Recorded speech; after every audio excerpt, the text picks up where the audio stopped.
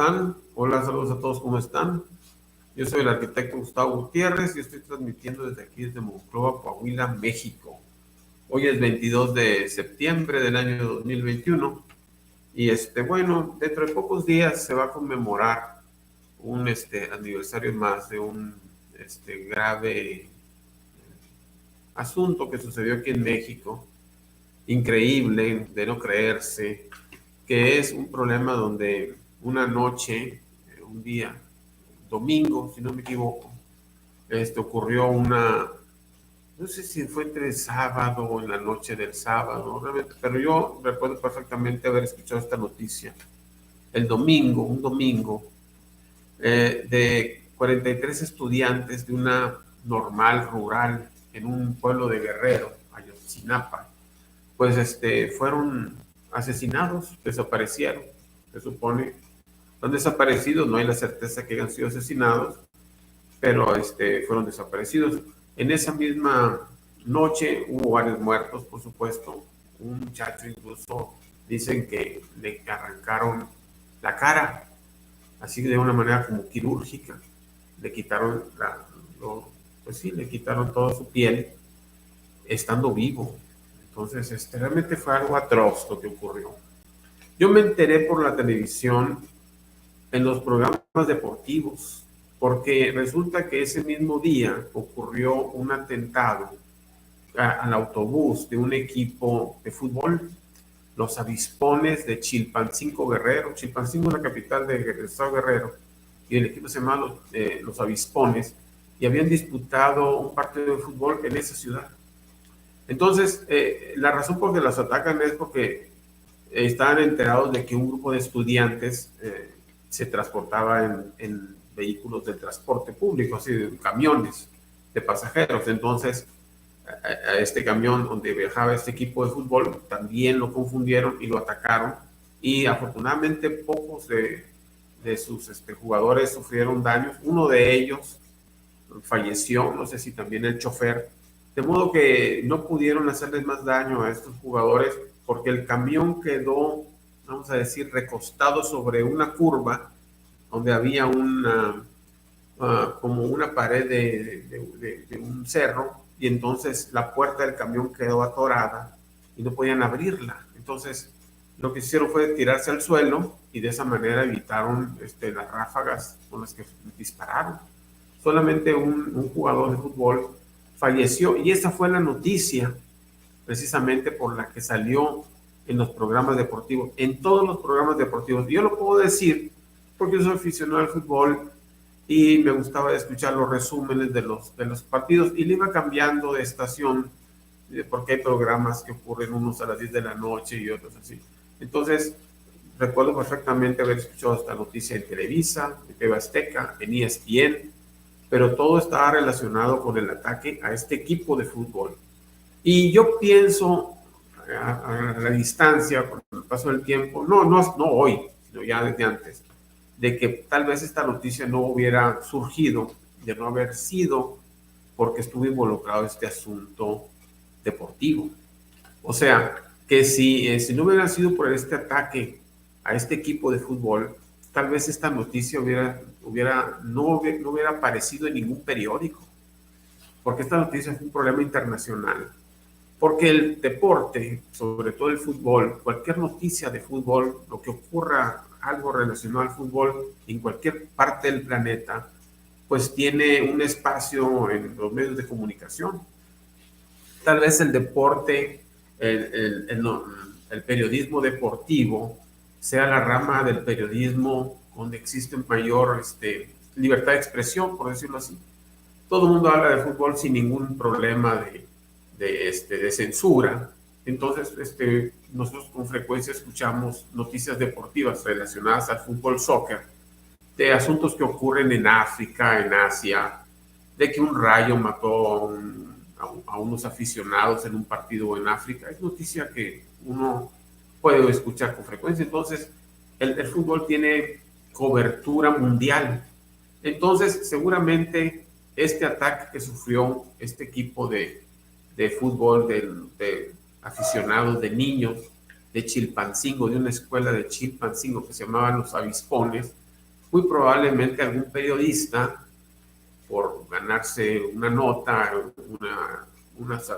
sabiendo perfectamente que todo lo relacionado al fútbol fácilmente se vende a través de los medios de comunicación, acudió a Chilpancingo a averiguar qué había pasado con este equipo de fútbol, los Avispones, y ya estando ahí se va enterando que no solamente había sido ataque a este equipo de fútbol, sino que empezaron a enterarse de este asunto de los 43 estudiantes, porque la noticia fue el ataque a los Avispones.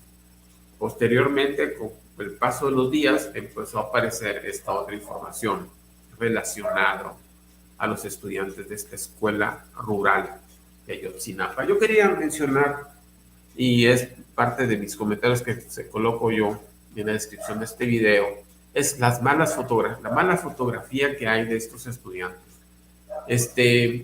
Fotografías que parecen sacadas, no sé, de un archivo, no son fotografías familiares. Es decir, si yo como familiar tengo la intención de encontrar a un hijo mío, un familiar desaparecido, pues si tengo una foto, pues que sea fácil de ver. Uno ve las fotos de estos estudiantes y parecen hasta dibujos hechos a mano, que no creo yo que un estudiante de una normal no tenga una foto donde se encuentre ahí, no sé, una mejor fotografía que lo describa mejor, no con una foto como de estas que se dan para los certificados, ¿verdad? O sea, muy, muy raro estas fotos. A veces yo lo digo con sinceridad, a veces dudo que esto haya ocurrido, que sea un montaje. ¿Por qué lo pienso? Porque hay tanta pasividad en el pueblo mexicano ante los hechos que parece que nada los conmueve, que nada te mueve, que nada te conmueve, que nada te mueve. Entonces, un asunto así de que a un joven lo detienen porque está haciendo un acto público, tal vez rompiendo las reglas, deteniendo un autobús de pasajeros, que es un delito, seguro, pero no por eso te van a matar. Te detienen y te meten a la cárcel. Pero detener a unos estudiantes y a uno de ellos despellejarlo, quitarle su piel de su rostro, pues está raro. Aparte, para hacer eso tendrías que ser como un cirujano, tendrías que ser un experto en eso. Y desollar a esa persona estando vivo, pues es un acto así como qué clase de persona es capaz de hacer algo como eso. Es verdaderamente terrorífico.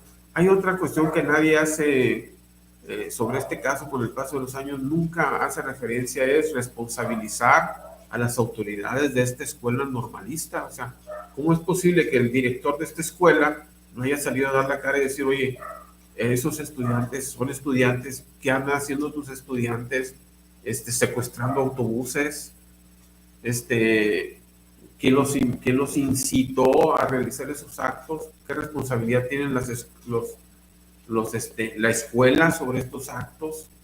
Es muy interesante. Yo aquí recuerdo cuando llegué, yo vivía aquí en Monclova, ocurría que a los estudiantes del nuevo ingreso de la preparatoria les hacían algo así como que los rapaban a la fuerza, les cortaban el pelo a rape al entrar a la escuela. Y yo recuerdo que yo cuando llegué aquí tenía ese temor, me lo comentó mi papá, y dicen, pues sí, los novatean, que le llaman así, y les cortan el pelo, quieras o no, te detenían unos y te trasquilaban, y bueno, tienes que ir a cortarte el pelo.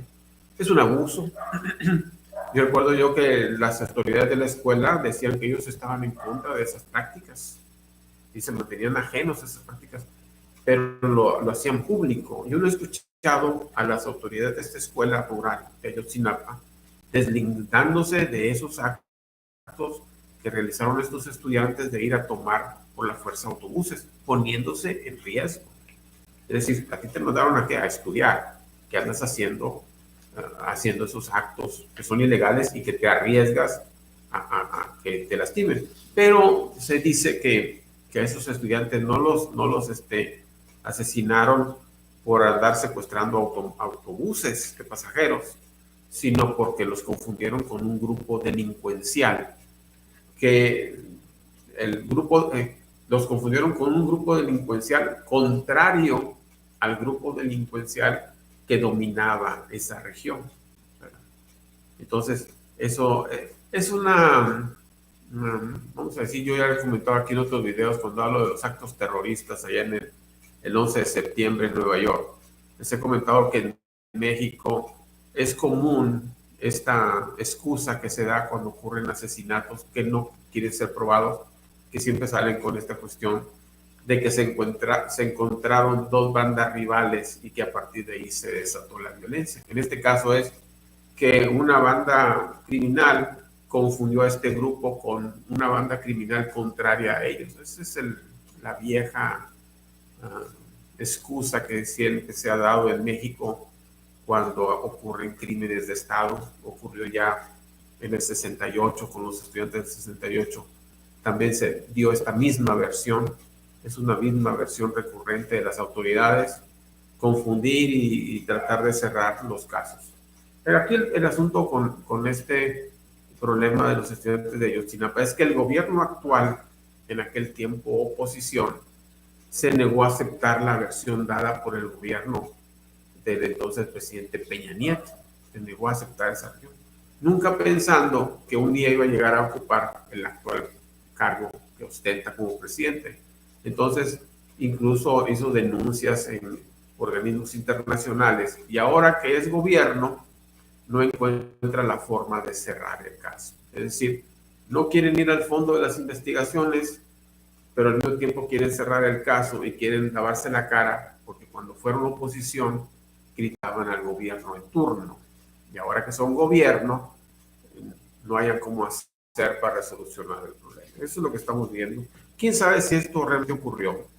De que hayan desaparecido estos 43 estudiantes. Realmente las fotografías no nos muestran así el rostro de seres normales, parecen dibujos, y que a veces lo utilizan como para mover a la gente, tratar de que la gente se inquiete y se preocupe. No, pues la gente parece que tiene todo en las venas, nada les inquieta, y mientras eso siga siendo así, pues seguirán haciéndose estas cuestiones como de choque para tratar de sacar a la gente de su letargo y que se preocupe por las cuestiones que ocurren a su alrededor, que vean, que estudien, que se preparen, que salgan a protestar, que se manifiesten, que hablen, pero no, la gente se queda así sin una opinión, porque también están a sí mismos confundidos, tal vez sorprendidos, pero este tipo de actos, en dado caso que haya ocurrido, pues son verdaderamente terribles, ¿verdad? Y nos muestran un gobierno que no tiene la menor intención de resolverlos. Tenemos que entender por qué, y es que el gobierno de México no está preparado, no tiene los elementos, los instrumentos para resolver crímenes. Es decir, la administración de justicia en México no te resuelve crímenes. Es muy raro que una policía te haga una investigación donde se llegue a quién es el asesino, por decirlo así. No hay, los ministerios públicos no tienen suficiente personal para hacer estas investigaciones, que son costosas, ¿verdad? Solamente se resuelven crímenes en casos muy especiales o que son muy obvios o evidentes, pero cuando son casos complicados, políticos o así, difícilmente tienen la capacidad para resolverlos, porque no tienen los elementos, no está preparado, porque para resolver estos crímenes se requiere presupuesto.